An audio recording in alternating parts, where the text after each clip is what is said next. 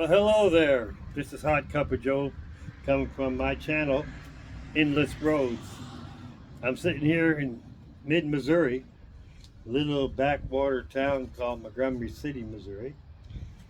Uh, had to come back, take care of my Social Security. But what I wanted to talk to you about today is maybe it's time to reconsider where I live and what I do. You know, should I reconsider living in the Philippines or not?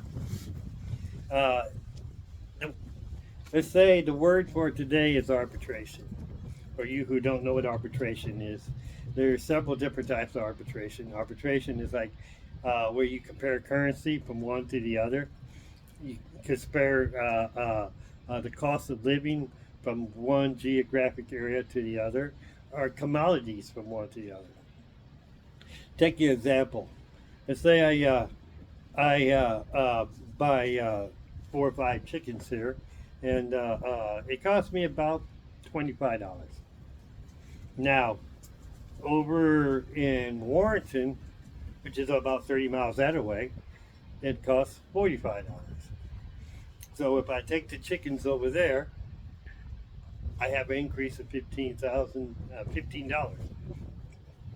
Okay, so let's talk about currency. My currency here, dollar for dollar. There's no exchange for because I live on United States dollar. If you're in Europe, you live in the Europe dollar. You're living in the Philippines, it's the Philippines dollar. Until you take that currency somewhere else, you don't know what the value is. Now, right now, the exchange rate is 55.5. Well, I checked early this morning. It might change so far to a dollar. Now, last month it was up to 57. That don't sound like a lot of, what the heck, it's 57.5, so that's like 2 pesos. You do 10,000 dollars, right? Okay, 10,000 for today is $550,000, pesos. I keep jumping back and forth. But if you, that 2 pesos different, or last month was 570,000.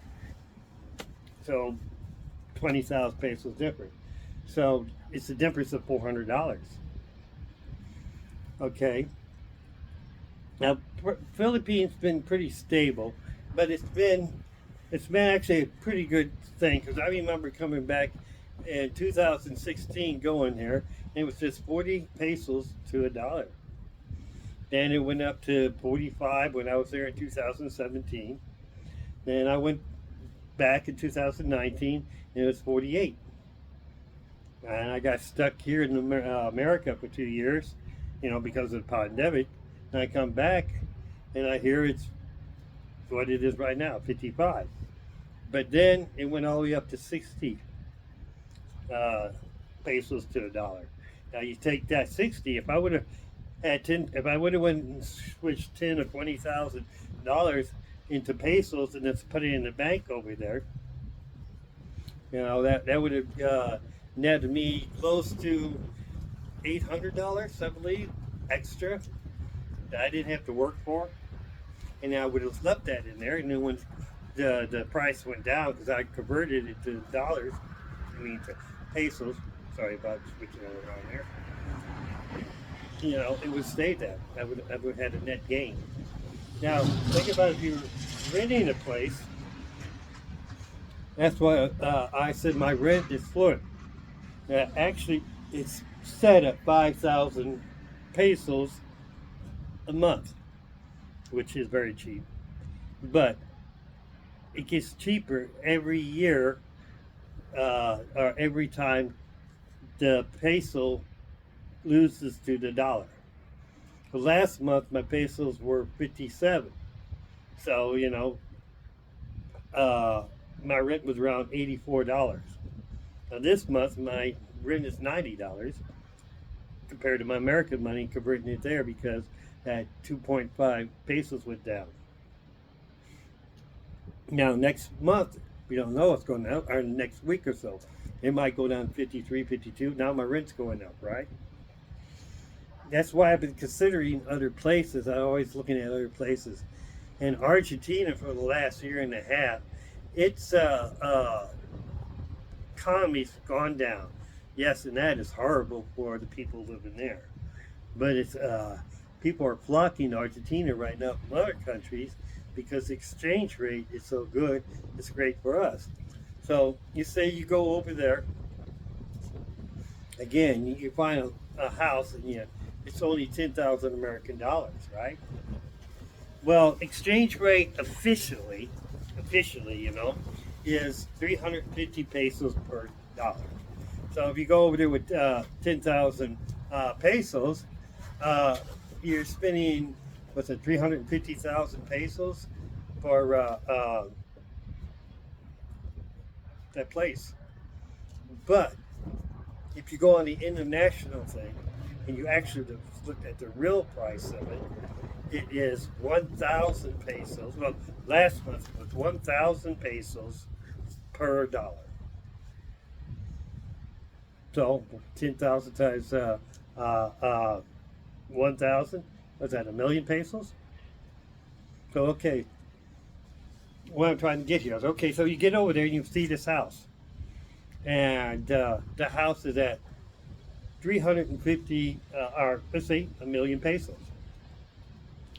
If you were to go there and you would go by their currency, you use their bank, you use their ATM, or you go to their official exchange rate thing there, like at the airport, and you change your money, you're going to get 350 for every 10,000. So that land's going to cost you $30,000 to buy it.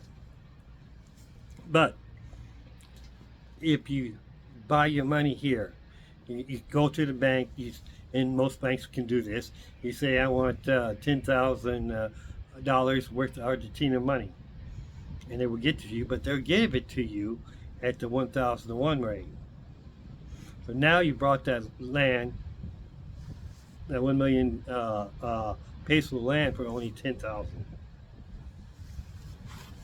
It makes a big difference, And that's where I've been looking at the Philippines. I really, really wish I would have jumped on it last year when it was 60 pesos to a dollar. I would put $20,000 down. I could have brought really nice land and property. And now I keep watching it go down, go down, go down, which is good for, like I said, for the Philippines, and that because their dollar, their peso is getting stronger. Our dollar is getting weaker. I don't know which ones it is there, but one of the two is going on.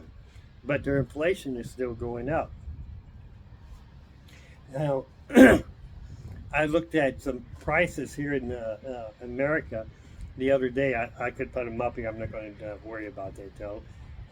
You can check online at Walmart or something. I use Walmart because it's the most cheapest place you can go. Rice is 300 pesos per kilo. And so it's still much higher than the Philippines, which Philippines is sitting around about 58, 59 pesos for a kilo of rice. So it's about 6 times higher.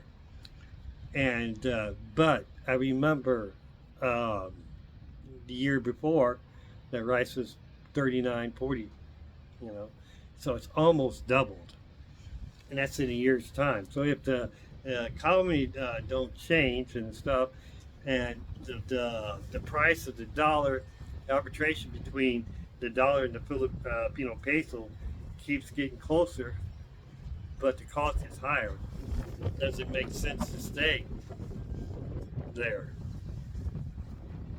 And now, like a lot of people, they have to be tied to a job. Except with expats, those older expats, and I'm not talking about the expats that's nomads that's running around trying to still work. I can my Social Security, I can take it with me anywhere except for like 3 or 4 countries in this world. Nobody wants to go there anyway. And that. So, should I stay in the Philippines or should I go to some other place. Now, I know the inflation rate in Argentina is at 240%.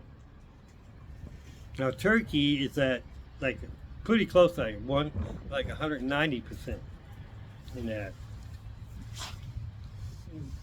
You have to look at some other stuff too. Yeah. Now, I am married to a beautiful lady, sweet lady in the Philippines, so we can buy land stuff there.